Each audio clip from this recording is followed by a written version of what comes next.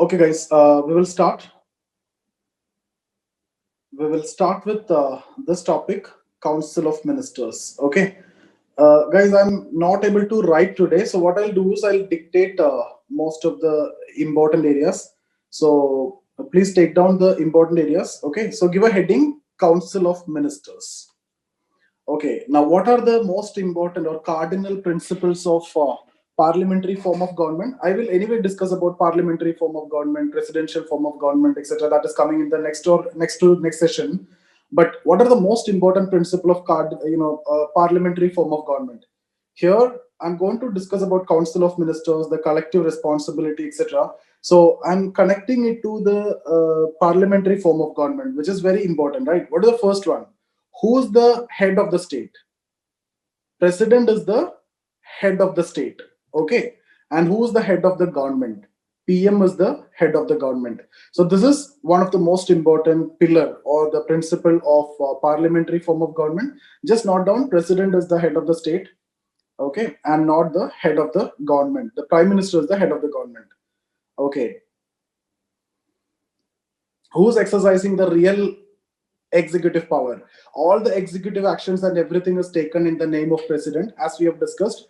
But who's really executing all these powers? It is the PM, or it is the Council of Ministers headed by PM. So right in this way, all the executive powers are actually exercised. Why? If you see, a president can act only based on the advice of the Council of Ministers. Okay, so even guys, why? What is the reason why this caretaker government and all is existing? Even though there is no exclusive provision in constitution for caretaker government. Caretaker government means the government which comes or formed when the current council of ministers is not there, or they lose the majority, or the prime minister dies, or it is dissolved. During that time, there will be a caretaker government, because Article 74 says there shall be a council of minister to aid and advise the president. Only because of this article and only because of this role of council of minister, the caretaker government is there. Otherwise also some day-to-day administrative functions and all is there,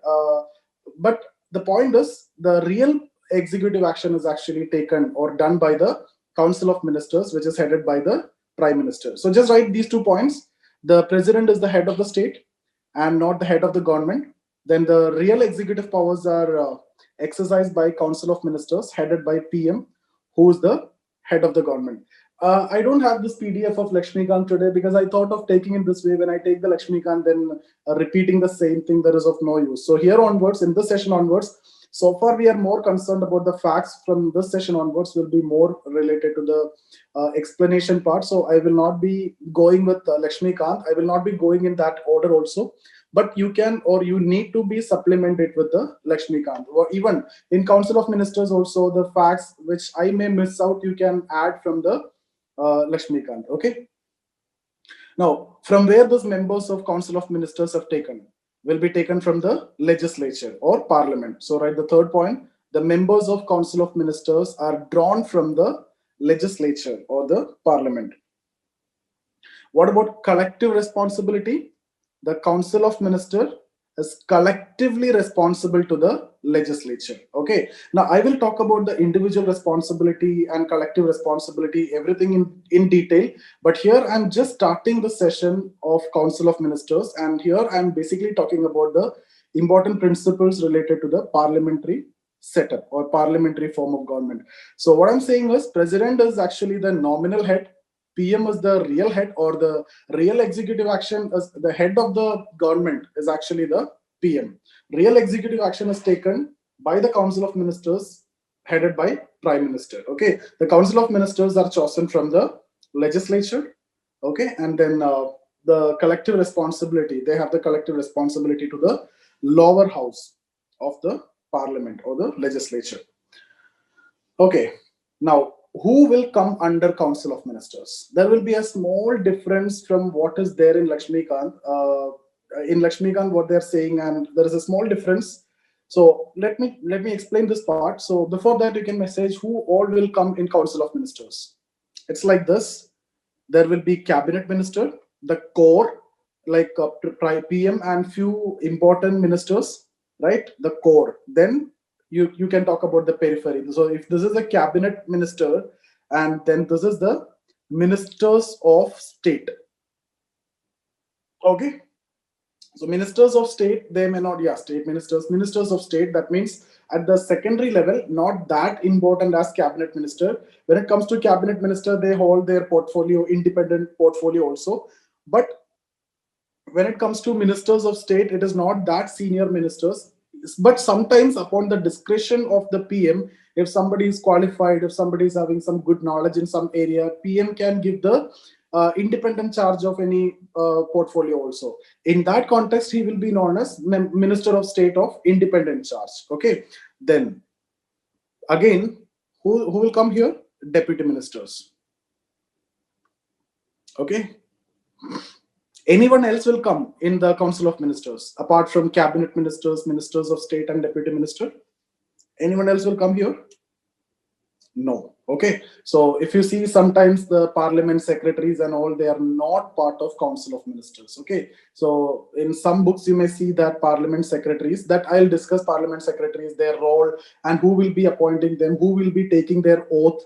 Then you will understand they are not part of Council of Ministers. So these are the Council of Ministers. Just write one line about cabinet minister, just one line. Just write cabinet minister, and one line under that. They are the senior most ministers, and they head the portfolio.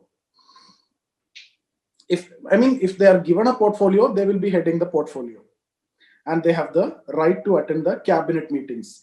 Cabinet meetings means the PM will convene the meeting where the most important decisions are taken. So the cabinet ministers will be part of the cabinet meeting any point of time. So the importance of cabinet ministers, or if they are given any portfolio, means automatically they will be the head of that.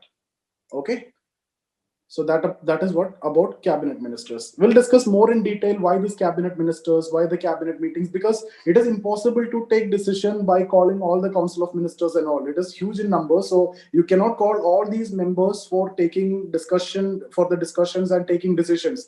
If you take decisions that are based on Council of Ministers, calling everyone, there will be differences of opinion, there will be time delay, and all these issues are there. So main decision making authority is actually the cabinet. So they will take the decision, and the decision taken by the cabinet will be mostly accepted by the Council of Ministers.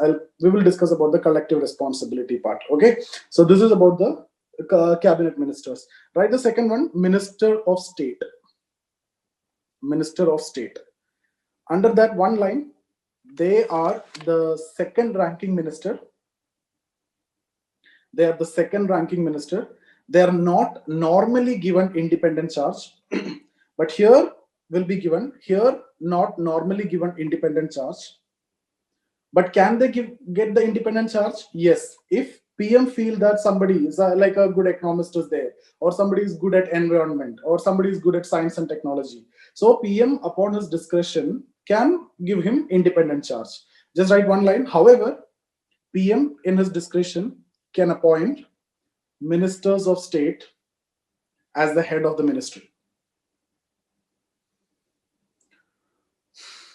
Okay, so when he is heading that ministry, he is called as Minister of State of Independent Charge. Right, that Minister of State of Independent Charge, when he is heading that ministry.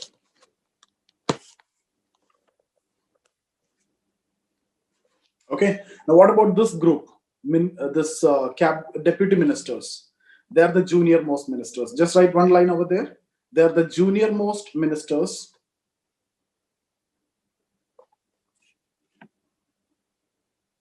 No, it's like cabinet minister means the most senior most ministers. It is not necessary that it can be. It is not necessary, right? It can be like if you feel it can be given to the cabinet minister also. For example, if Sardar Vallabhbhai Patel is there, if he is given that, but normally it won't be given.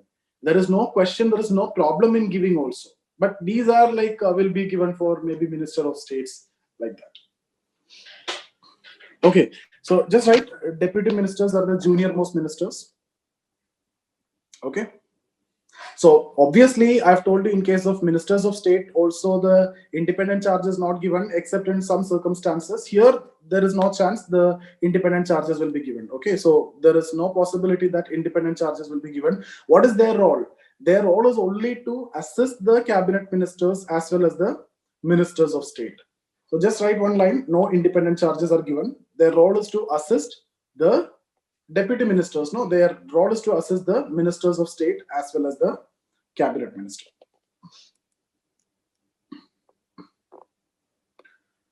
Okay, then what about this post? Parliamentary secretary.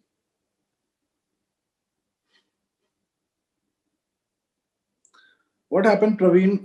For everyone else, there is no problem. Is it the problem because of the video? What about others? No problem. Parliamentary secretary. Okay. So who are parliamentary secretary? They are again from the members of ruling or coalition party. If the government is formed through coalition, they can be the members of coalition or they can be the members of ruling party. What is their role? Their role is basically again to assist the ministers. Okay. So who will be appointing them? PM will be appointing them. What about their oath? Will they take oath? They will take oath. What about the difference between parliamentary secretaries and the other three categories that we have discussed? In all these cases, PM is selecting, okay, but when it comes to ministers, who is giving them the oath? It will be given by the president. Okay, they will also take the oath.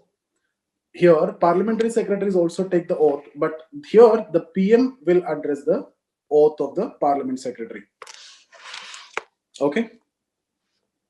So what is the role of parliamentary secretary? Just write one line. Their role is basically to assist the COM. So make it very clear. That means you will not have any confusion. They are not part of COM. Their role is to assist the COM to discharge the duties of COM. COM include the three, right? Cabinet minister, ministers of state, and the deputy ministers. So the parliamentary secretary, their role is basically to assist these ministers in the context of discharging their duties. So if you look into these members who are part of Council of Ministers, who will be appointed by the president, and they will be there till the pleasure of president. But again, when we discuss about the pleasure of the president, it completely depends on prime minister. I'll come to that under Article 75 clause 2. Okay. Here, if you look into parliamentary secretary, they will be appointed by the PM. They will be taken not by the civil servant. That is different. That will be like when I discuss about cabinet secretary and all, that will be the civil servant. Parliament secretary, their role is obviously to advise, not to advise, help or assist them. They are definitely responsible to the legislature. Like any other MPs, they are also part of the MP. So they are responsible to the legislature.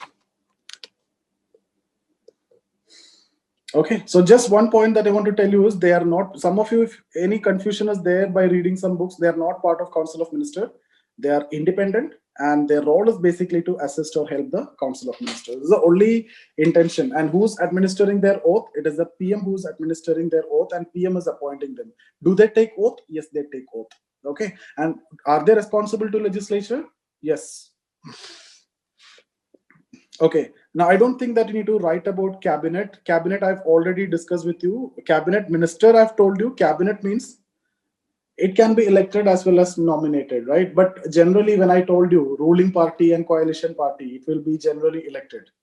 But again, PM have the discretion. PM can appoint minister also from nominated. So no problem, right? Okay, so cabinet, I've told you the objective of the cabinet. We discussed about cabinet minister. Cabinet means what is the main objective of cabinet? It is mainly yes. Okay, it is again discretion of the prime minister only. Okay, guys, cabinet, what is the role of cabinet? Because Council of Ministers have to take the decision, right?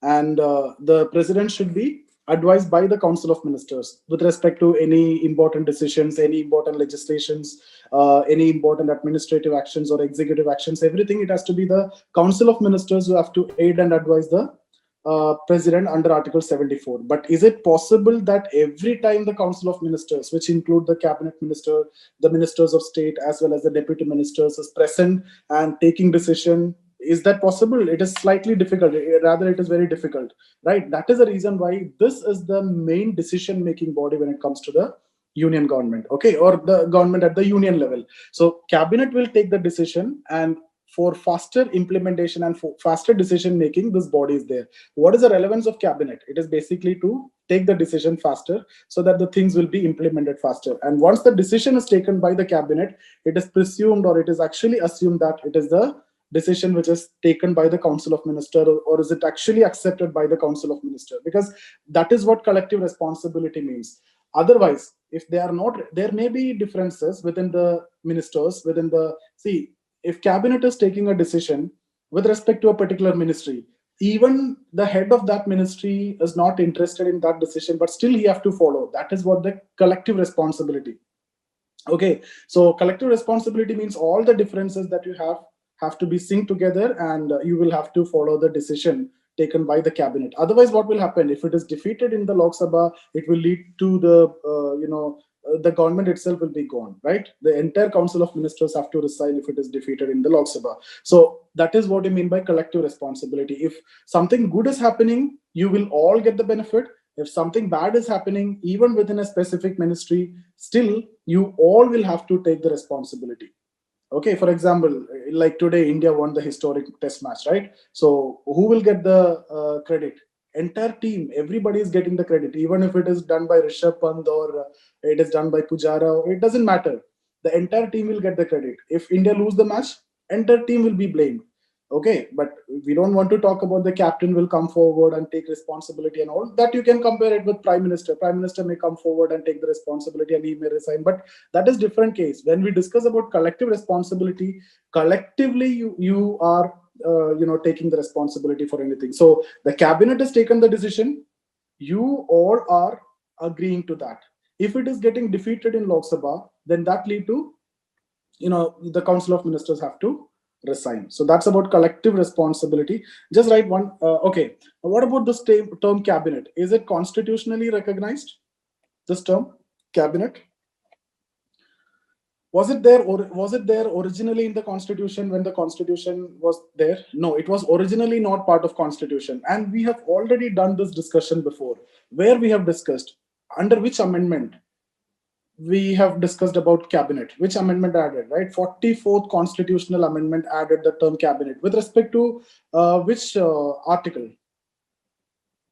National emergency. When we have discussed about 352, the 44th amendment, right? I've told you there are some misuse of power by some prime minister, and we have named it also. So in the 44th Amendment Act, when the Janata Party came to power, they have made the amendment and they have introduced the provision that the prime minister cannot alone go with national emergency. Prime minister cannot go and tell the president to sign in the national emergency, right? So the president can do that only upon the written recommendation of the cabinet. So the term cabinet is actually introduced in the 44th amendment, and now it is part of 352. So anyway, this is having constitutional recognition now. So can I say the cabinet is getting the constitutional recognition now? Yes, cabinet is actually having the constitutional recognition. So I hope you understood what I mean by the cabinet. It is that small body, the small decision-making body, or the highest decision-making authority with respect to any administrative or executive or legislative actions. So they will propose, and as part of collective responsibility, everybody in the Council of Ministers are ready to or should be accepting it. What if they are not accepting? What if they are not accepting? What the PM can do? There is something called as individual responsibility, right? All these ministers are collectively responsible to the legislature. Okay, on one side. On the other side, all these ministers are individually responsible to whom? With whom? Individually responsible to the president, not the prime minister. Okay, so all these ministers are individually responsible. So individual responsibility, when you talk about, they're individually responsible to the president. Okay, 75 clause 3. So when they are individually responsible, why it is individually responsible to the president? ultimately the president is administering their oath and they are holding the office during the pleasure of the president. But guys, when I talk about the pleasure of the president, actually under whose pleasure they are here as the ministers? Is it really under the pleasure of the president, or is it under the pleasure of the prime minister? So even though as per constitution, as per theory, or in the book, they hold the office during the pleasure of the president, but it is actually whose pleasure? It is the PM's pleasure, right? As long as PM is okay with that person as the minister, then no problem. If the PM is advising the president, in fact, the president's pleasure is all about PM's pleasure. So if PM is advising the president to remove him, the president can remove him. Can the president alone remove any minister? No, president alone cannot do that.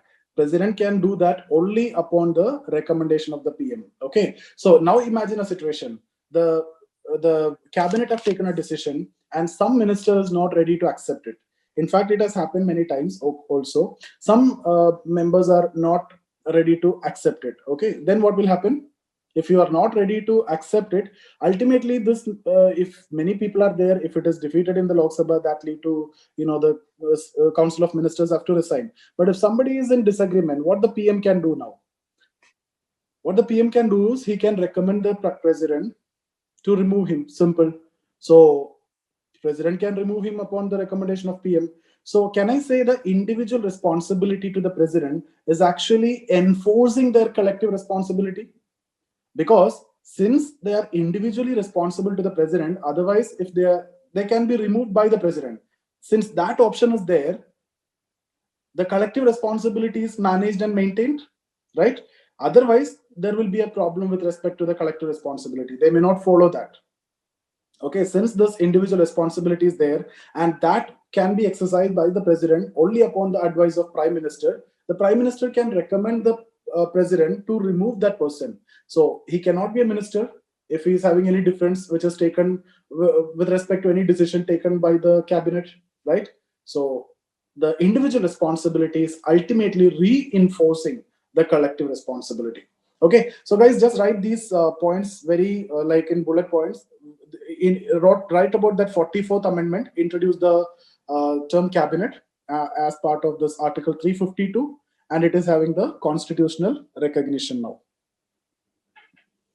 Okay, and the decision of the cabinet is automatically presumed to be the collective decision of the whole Council of Ministers. Cabinet, the question 2-3 times they have asked with respect to cabinet. Now, okay, who's cabinet secretary? This cabinet, the highest decision-making body, is actually assisted by an office called Cabinet Secretariat. Just write this: cabinet is assisted by an office called Cabinet Secretariat, which is headed by Cabinet Secretary. This guy is a senior civil servant. Somebody was saying that Parliament Secretary. You might have confused by seeing the term secretary, right? That is why you told that he is a senior civil servant. But here, this guy is the senior civil servant, the Cabinet Secretary. So cabinet is assisted by the Cabinet Secretariat. There's an office headed by Cabinet Secretary. Okay. Okay. Guys, what about this meetings which are held in the, what about the cabinet meetings? Will it come under RTI or not? Is it exempted or is it part of RTI? Think logically, do we need secrecy with respect to some of the very important decisions which would have been taken by the cabinet? Do we need secrecy or we should not want secrecy? It has to be completely transparent, the decisions taken by the cabinet. Logically, we need secrecy, right? So it is exempted from RTI. So the cabinet meetings are actually exempted from RTI. Okay. Now just write one line about collective responsibility. Under which article? 75 clause 3. COM is collectively responsible to Lok Sabha. What does that mean? Once a collective decision is taken by the cabinet, and even if that decision is not accepted by the concerned minister of that particular ministry, you might have taken something with respect to environment, but the environment minister, he might have some disagreement, but still he have to accept it. That is what you mean by collective responsibility. So it is actually the collective decision. Why this is required? What is the purpose of this collective responsibility? Because everybody have to be brought in together, right? Then only you can go as one team and can work for the national interest. So that is about collective responsibility.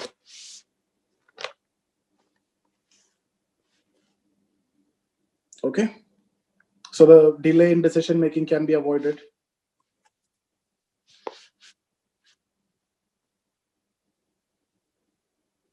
Individual responsibility 75 close 2. I think I've told you the reverse, right? Individual responsibility 75 close 2, collective responsibility 75 close 3. Yeah, you can write this also. Individual responsibility also you will write. Ministers are individually responsible to the parliament. So here, to the legislature or the parliament, individually responsible to the president. Individually responsible to the president. Why? Because they hold office during the pleasure of the president. They hold office during the pleasure of the president. Who administer oath to these ministers? President administer the oath to the ministers. Okay, so even though they hold office during the pleasure of the president, in reality or in practice, they hold office during the pleasure of the prime minister. So I've told you the pleasure of president means it is ultimately the pleasure of prime minister. So in case if you are not following that collective responsibility, if you are in disagreement with the decision which is taken by the cabinet, you know, the PM can remove you, right, under this one. So if you get any, even mains question can also come with respect to collective responsibility, and also you should be in a position to talk about this. This individual responsibility is reinforcing or enforcing the collective responsibility. The purpose of this individual responsibility is what? To reinforce the collective responsibility. Otherwise, PM can't do anything, right? The cabinet can't do anything. If somebody is not, if some people are not in agreement with the decision taken by the cabinet, if they're disagreeing, and that will create a imbalance within the setup and the decision making and everything, implementation, that lead to policy paralysis, and all these issues will be there. So collective responsibility is very much required to enforce that. Now, when individual responsibility is there, PM can actually enforce it. Otherwise, you will lose the ministership. Now, who want to do that? Who want to lose that ministership, right? So 75 close to individual responsibility, reinforce the collective responsibility.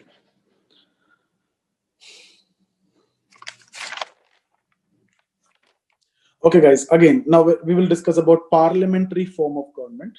Presidential form of government I'll discuss tomorrow. When I discuss about parliamentary form of government, here there are, again, parliamentary form, there can be two types. Prime ministerial government. I'm not able to write it properly. I'm expecting that you can write it. You can write along with me. Prime ministerial form on one side and cabinet form on the other side. Okay, what is the difference between prime ministerial form of the government and cabinet form of government? This is again our main topic. Okay, parliamentary form of government. Whether we should continue with the parliamentary form of government, why we adopted parliamentary form of government, because of the past experiences and everything. Do we need to shift to presidential form of government, etc.? Okay, so within parliamentary form, it can be prime ministerial form and cabinet form of government. Which one we are having at present, prime ministerial or cabinet form?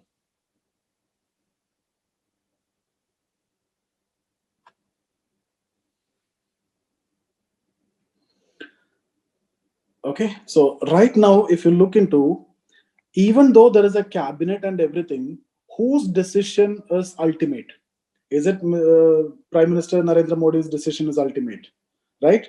Yes. So we can say this is what prime ministerial form of government. If the prime minister have the say, complete control over the government, then that is what prime ministerial form of government. If you look into history, again, Indira Gandhi government, what type of government is this? Cabinet is there, or whether the cabinet is there or not at that point of time, constitutionally not recognized, but still that decision making body and all is there anyway, even though the constitutional recognition was not there during that time initially.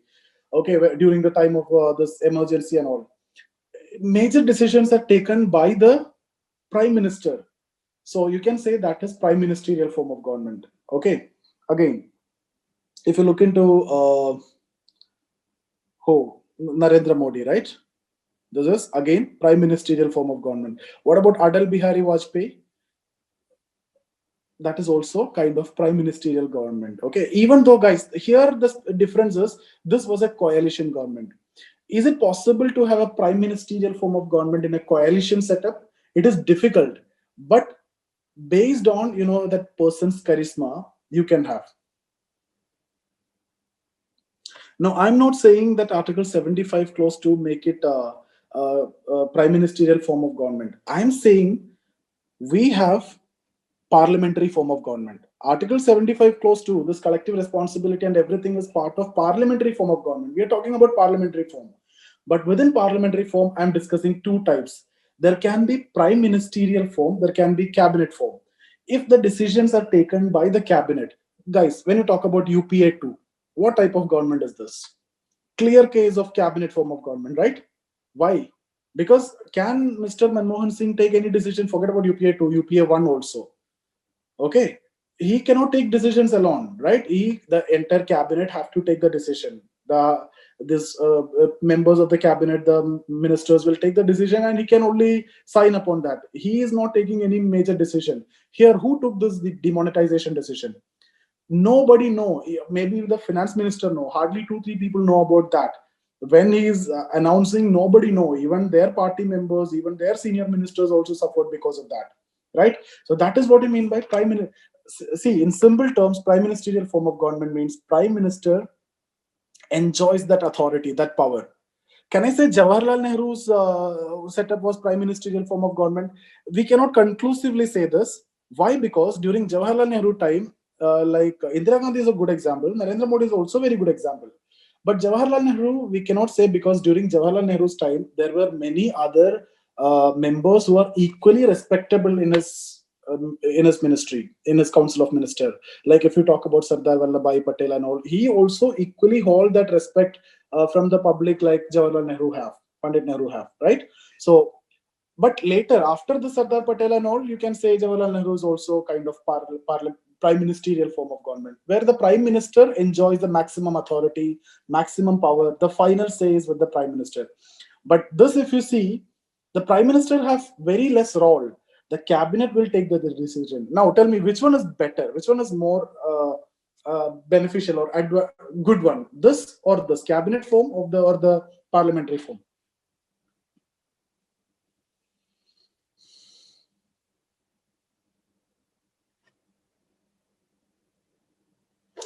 You can say for democracy, cabinet form is better. Yes, because the different decisions, the cabinet ministers can be from different community, so it can satisfy the demand of or aspirations and everything of the community. But the problem with cabinet form is the hasty decision, and implementation is a big coming to a decision itself is a problem. Discussions. And you guys, if you have some idea during this 2013, 12, 13, 14 time, why they lost their election is also because of, forget about corruption, that is one thing. On the other side, there was a big issue which was going on that is related to policy paralysis, very important term. And every day this term was there in the news at that point of time. And if you see 2014 mains, I remember this was the essay that I have wrote during that time. Very much expected, policy paralysis. This essay was there in 2014 mains, and policy paralysis. So one of the most important problem with respect to cabinet form of government is implementation of decision. Forget about implementation. Taking decision itself is slow. Okay, because different opinions, different views and everything will be taken, but good for democracy. But what about this one? Faster decisions. But can it be misused also? Yes, PM for his own survival, he can misuse this also. Okay, but the decision making will be faster, and maybe you can say some cases it can be good for the national interest. Okay, so but democratically may not be good, because only one person's decision. Okay, sometimes it can go unconstitutional also, and it can give rise to some extra constitutional authorities, and this is very good constitutional. Anyway, parliamentary form of government, collective responsibility is there. Even PM is taking the decision, it is presumed to be the decision of everyone. But here, entire cabinet is taking the decision, presumed to be decision of Everyone in it means the council of ministers. Okay, so just write this two three lines about this. Give a heading: parliamentary form of government. Under that, first one, prime ministerial form of government. Just one or two line is enough. In case if you get a mains question, you should be in a position to write. PM dominates over the cabinet. Just write one line. PM dominates over the cabinet. Now, guys, can it be done in the, will it be happening in the case of a coalition politics, coalition government? It will never happen in the case of coalition government, right? It will happen, it will come only if he is an undisputed leader, single, party majority is there, then only this will happen, right? Otherwise, differences will be there. There can be coalition parties also, which can be part of the cabinet, can be, maybe, it is possible, right? You see the case of UPA 1 especially. UPA 2, no. UPA 1. No, Vajpayee, that's a different example. Even though Vajpayee time it is coalition, Vajpayee is, he was able to accommodate the differences in a better way. That is a different example. No, I'm not saying it is Ashok Mehra, please, what are you doing here? Yeah, don't do that, okay? Guys, I'm saying generally it is possible when it comes to single party majority. But even in coalition, prime minister, because of his charisma, Vajpayee was that kind of person. He can influence and he was able to implement and take that decision single-handedly. He was able to do that. So that is that charisma. That is a exception. Like normally it will happen if the prime minister alone need to exercise authority, means it has to be single party majority. But even in coalition, if you need to do that, means that person should have that level, that charisma should be there. So that is an exception. Okay, so just right there, generally possible, right? In this way, generally possible when a single party enjoys the majority. And PM is the undisputed leader of the party. If within party itself 2-3 leaders are there, suppose here similar to Mr. Narendra Modi, Amit Shah is also there, or Rajnath Singh is also there, then is it going to be possible? No, it is difficult. The difference of opinion will come from there.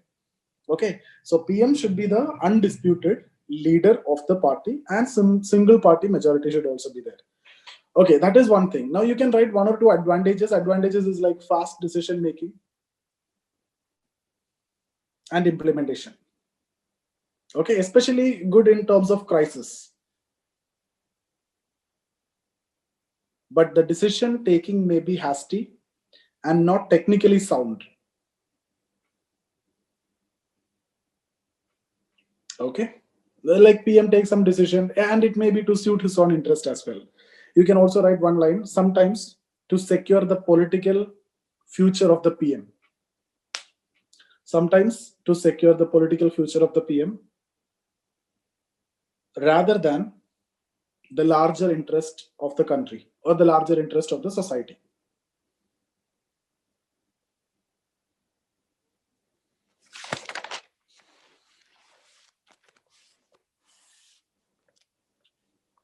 Okay, this may give rise to extra constitutional authorities. Extra constitutional authorities.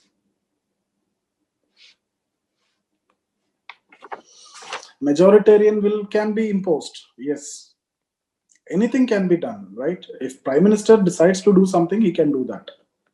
What I said now, it can lead to extra constitutional authorities like kitchen cabinet.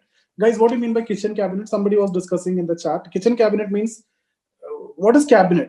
It is a small body like a prime minister and around 10-20 ministers within the council of ministers. Kitchen cabinet means even within the cabinet, like 3 PM and 3-4 associates. That's what I mean by kitchen cabinet. That is not constitutionally recognized.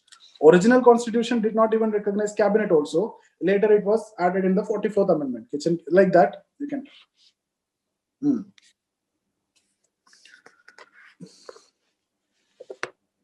Yeah, Indira Gandhi time. Yes.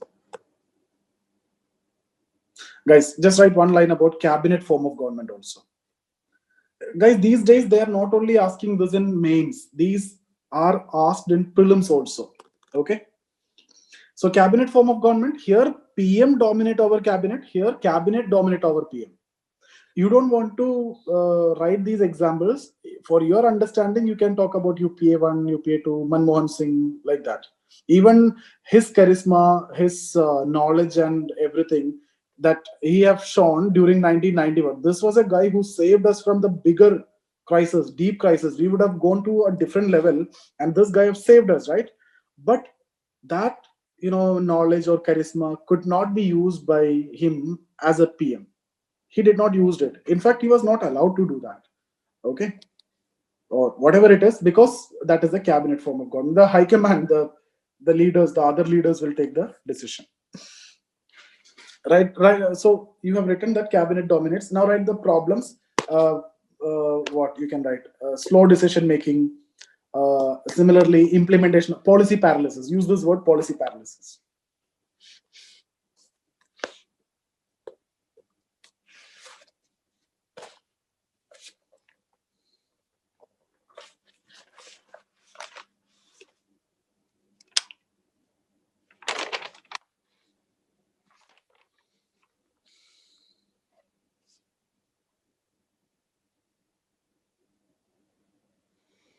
During 2013-14 and all, in news mainly they were talking about policy paralysis only. You go and see the essay paper also in 2014. They have asked this question. The question was like this. I cannot. It is related to policy paralysis. The question was something like this: it is not the problem with policies, rather the implementation of policies is the main concern in India. That was the question which they have asked in 2014. So that is related to policy. Policy paralysis means not about taking decisions; it's about problems in implementation mainly. Okay.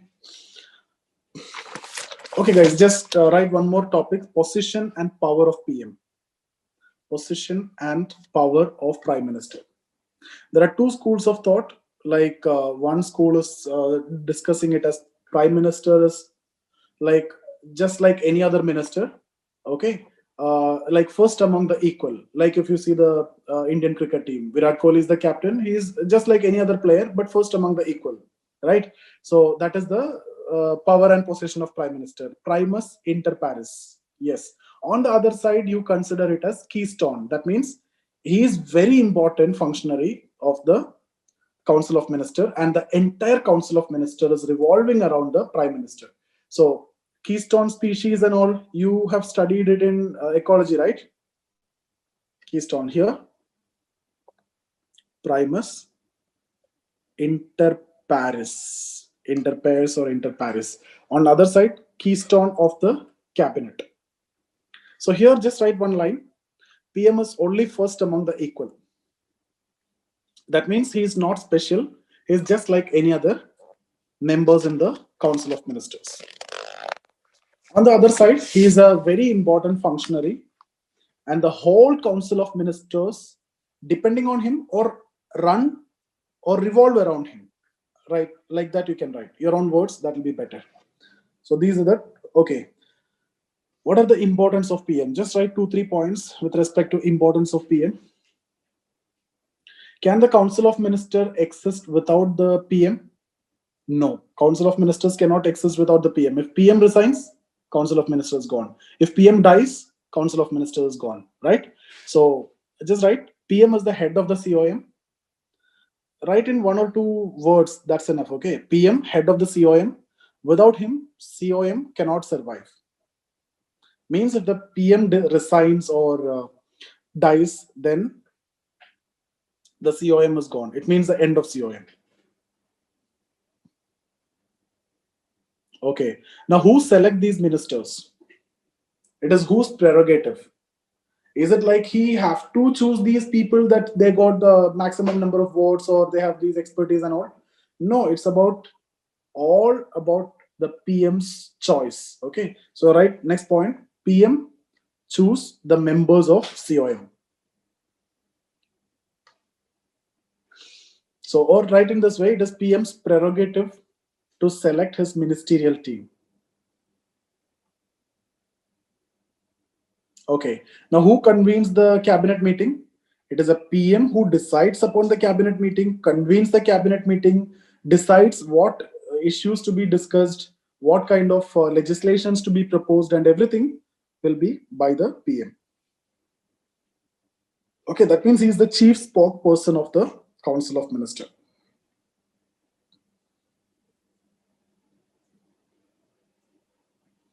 One more, PM is the link between President and Parliament, as well as President and Council of Ministers.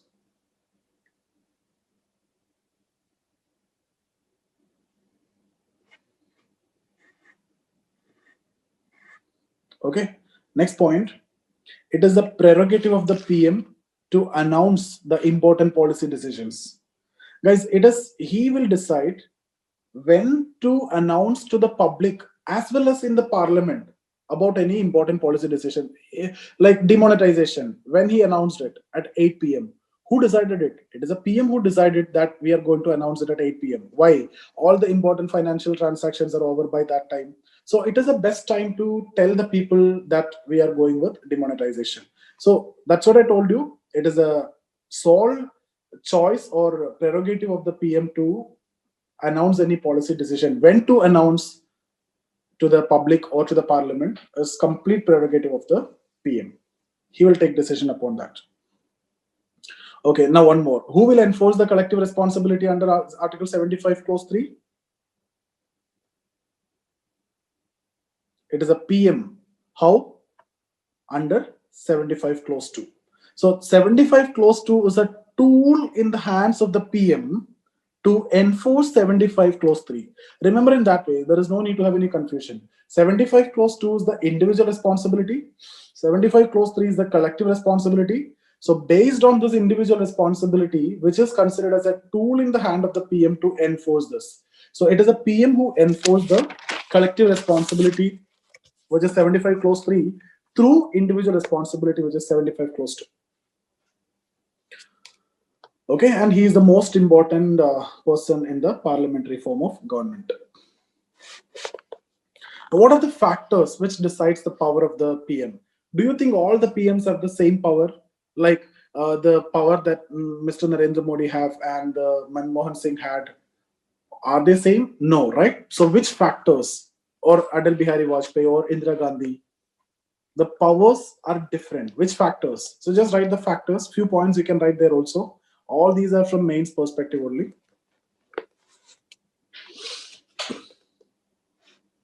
Coalition government is one thing. If coalition, that means you can put it in this way. If single party majority is there, and if that part, okay, single party majority is there, automatically the PM have power. But can we say PM will have power? Even UPA 2 was single party majority, but PM don't have power. Single party majority, and that too, if the party comes into power because of the PM. Like in case of this government, Narendra Modi, it is because of the PM, the party came to power. So he enjoyed the sole authority. But in UPA 2, the party did not come into power. The single party majority was there, but it did not come to power because of Mr. Manmohan Singh. So he can't get that power like Mr. Modi is getting. Okay, so just write that you can write. If PM is leading the majority government, write in that way.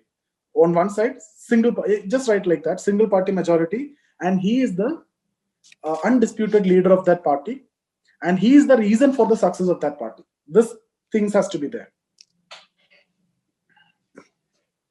So these are one point.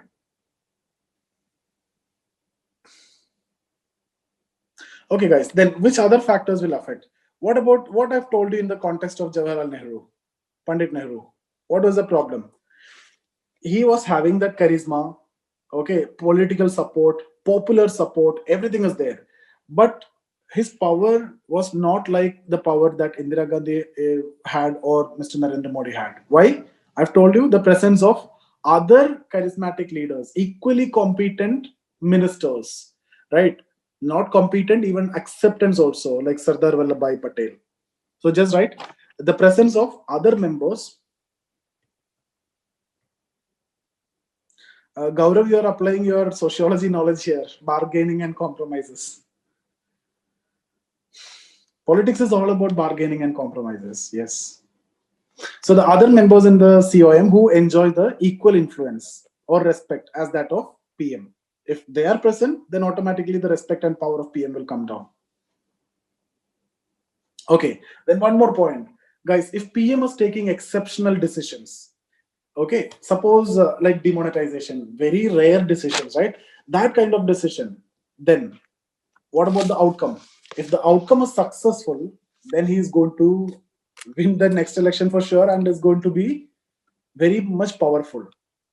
Okay, that you can say demonetization to an extent is successful, but there were obvious limitations in that. Okay, and this, yeah, air strikes and all surgical strikes you can talk about. All these are exceptional tough decision. Similarly, the national emergency during the time of Indira Gandhi, if it is a failure, then it will be seen in the election result as well as in the power as well, right? So decisions of the PM, that is very important. Similarly, if the PM enjoy respect in the parliament, even among the opposition, then definitely there will be more power. In case of coalition, exceptions. It is the charisma or the personality of the person. So just write one more point: personality. Even in coalition government, even in coalition, fourth point, I don't know, Urvi, I am just generally discussing. So what we have discussed is, it's okay. You can just write whatever I'm saying. Personality or the charisma, okay? Because you can write about the example of Vajpayee. Even in coalition government generally cabinet, and in that you can enjoy power, but that was not the case with Vajpayee. He was exercising the power. It was almost similar to a prime ministerial form of government. Okay, so there is no way you can actually explain the position and the powers of the PM. It depends on many factors. On one side you will say primus inter pares, and on other side you will consider it as keystone of the Council of Ministers. And the power, when you talk about, you cannot say that prime ministers are enjoying same power starting from Mr. Jawaharlal Nehru to the Modi time, right? So it changed.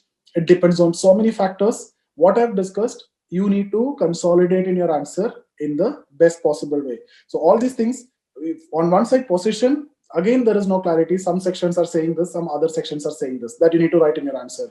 With respect to power, not all the PMs are enjoying similar power. It depends on many factors. It depends on single party majority or coalition government. It depends on the charisma of the leader. It depends on the acceptance of the leader within the party as well as in the opposition as well. Okay, all these factors you discuss about, and then if you want you can give examples as well. Okay, it also depends on the decisions which are taken by the PM. All these factors are depending on the power of the PM. So I hope if you get a question on this part in mains, you will be in a position to do that in a better way.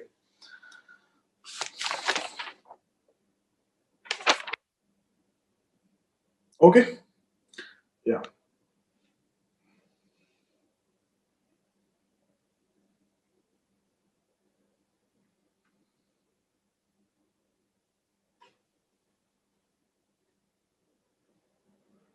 Okay, guys, any doubts? That's about today's discussion. So I mainly wanted to discuss about the 91 Constitutional Amendment Act. Is the ministers will be of out of the total, the minister can be, you cannot give ministership to everyone. It is about 15% of the total house will be the maximum member that can be the minister. Otherwise, what will happen? Especially in the coalition politics, you keep on bargaining and you have to give ministership to everyone, and you keep one portfolio and you subdivide it and you give ministership to another, at least deputy minister, like that you keep on giving ministership. So the 91st Amendment is related to this, restricting the minister to 15% maximum of the total house. Sir, I have one doubt, sir. Actually, to but I Which one? One doubt is Minister of State and independent are different thing, or it is same, sir? I didn't get you. Minister of State, independent means, Minister of State means, when I'm saying he is not part of cabinet, and he can be given independent charge by the PM if he is having expertise. Then he will be known as Minister of State of independent charge. Okay, means both are the same thing, Minister of State and independent. I'm confused here, sir. No. I'm saying Minister of State is slightly junior to cabinet minister. Cabinet minister is the senior most ministers. Lower than that, it is a minister of state. So generally, cabinet ministers are given complete portfolio, and they will be whenever they have given a portfolio, they will be heading the portfolio. Okay, that area. But in case of minister of state, it will be junior to cabinet minister. Normally, he won't be heading the portfolio. But if PM feel that this guy is good in this particular area, for example, in education, this guy can do well, or in environment, or in science and technology, then if he is having some expertise, if PM feel that he can do well, can contribute in a better way, PM can give him independent charge on that particular ministry. Then he will be called as Minister of State of Independent Charge. But there may be other ministers of state also, they don't have independent charge. But this guy, Minister of State, his position of that, he's not part of cabinet, but he is having independent charge. Okay, sir, got it, sir. Yeah.